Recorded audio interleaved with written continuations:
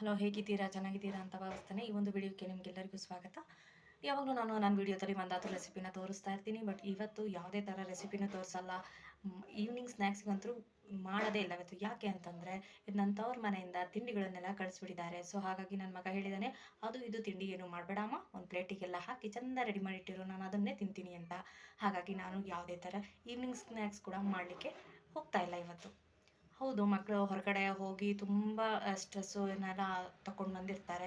ಕಷ್ಟ ಆಗಿರುತ್ತೆ ಅವಕ್ಕೆ ಸ್ಕೂಲಲ್ಲೆಲ್ಲ ಹೋಗಿ ಓಡಾಡ್ಕೊಂಬಂದು ಮನೇಲಿ ಬಂದು ಏನಾದರೂ ಸ್ಪೆಷಲ್ ತಿನ್ನಬೇಕು ಅಂತ ಮಕ್ಳಿಗೆ ಆಸೆ ಇರುತ್ತೆ. ನಾವು ಬರೀ ಅನ್ನ, ಸಾರು ಅಥವಾ ಮನೇಲಿ ಏನು ಮಾಡಿರ್ತೀವೋ ಅದನ್ನು ಕೊಟ್ಟು, ಇಲ್ಲಾಂದರೆ ಬೆಳಗ್ಗೆ ತಿಂಡಿನೂ ತಿನ್ನು ಅಂತ ಕೊಟ್ಬಿಟ್ರೆ ಮಕ್ಕಳು ಬೇಜಾರು ಮಾಡ್ಕೊಳ್ತಾರೆ. ಹಾಗಾಗಿ ನಾನೇನು ಮಾಡ್ತೀನಿ, ಆದಷ್ಟು ನನ್ನ ಮಗನಿಗೆ ಸ್ಪೆಷಲಾಗಿ ಏನಾದರೂ ಮಾಡಬೇಕು ಅಂತ ಆಸೆಪಟ್ಟು ಮಾಡ್ತಾ ಇರ್ತೀನಿ.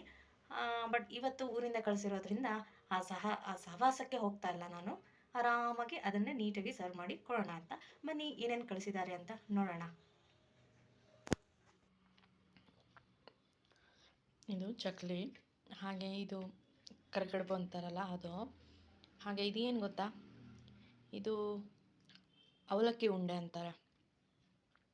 ಅವಲಕ್ಕಿಯಿಂದ ಮಾಡಿರೋದು, ಸ್ವಲ್ಪ ಹಾರ್ಡಿರುತ್ತೆ ಬಟ್ ಚೆನ್ನಾಗಿದೆ ಟೇಸ್ಟು. ಇದು ರವೆ ಉಂಡೆ, ಚಿರೋಟಿ ರವದಲ್ಲಿ ಮಾಡಿದಂತೆ. ಇದು ಆಲ್ಮೋಸ್ಟ್ ಎಲ್ರಿಗೂ ಗೊತ್ತಿರುತ್ತೆ, ತಂಬಿಟ್ಟು ಉಂಡೆ. ನಾನು ಮಾಡಿದ್ದೆ, ವಿಡಿಯೋ ಹಾಕಿದ್ದೆ, ಬಟ್ ನಾನು ರೌಂಡ್ ಶೇಪಲ್ಲಿ ಮಾಡಿದ್ದೆ, ಇವರು ಈ ಥರ ಮಾಡಿದ್ದಾರೆ. ಇದರಲ್ಲಿ ಮತ್ತು ಇದು ರೊಟ್ಟಿ. ಇದರಲ್ಲಿ ಎಲ್ಲದೂ ತುಂಬ ಚೆನ್ನಾಗಿದೆ. ನನಗೆ ಯಾವುದು ತುಂಬ ಇಷ್ಟ ಆಯಿತು ಅಂತಂದರೆ, ಒಂದು ಕರ್ಜಿಕಾಯಿ ಹಾಗೆ ರವೆ ಉಂಡೆ ತುಂಬ ಟೇಸ್ಟಿಯಾಗಿ ಬಂದಿದೆ. ಚಕ್ಲಿ ಅಂತೂ ಸೂಪರಾಗಿದೆ, ಇನ್ನೂ ತಿಂತಾನೇ ಇರಬೇಕು ಅನಿಸುತ್ತೆ.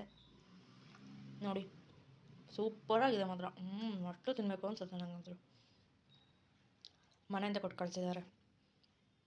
ಮನೆಯಿಂದ ಏನು ಬಂದರೂ ಒಂಥರ ಖುಷಿನೇ ಅಲ್ವಾ? ನಾವು ಎಷ್ಟೇ ದೊಡ್ಡವರಾಗಿದ್ರು ಮನೆಯಿಂದ ಏನಾದರೂ ಒಂದು ಕಳಿಸಿದ್ದಾರೆ ಅಂದರೆ, ತವ್ರ ಮನೆಯಿಂದ ಏನೋ ಒಂಥರ ಖುಷಿನೇ. ನಿಮಗೆ ಹೇಗೆ ಅನಿಸುತ್ತೆ? ನನಗಂತೂ ತುಂಬಾ ಖುಷಿ ಆಯಿತು, ನನ್ನ ಮಕ್ಕಳಿಗಂತೂ ತುಂಬಾ ಇಷ್ಟ ಆಯಿತು. ಹೀಗಿತ್ತು ಇವತ್ತಿನ ಬ್ಲಾಗು. ಹೇಗೆ ಅನಿಸ್ತು ಅಂತ ಕಮೆಂಟ್ ಮಾಡಿ ಹೇಳಿ. Thanks for watching.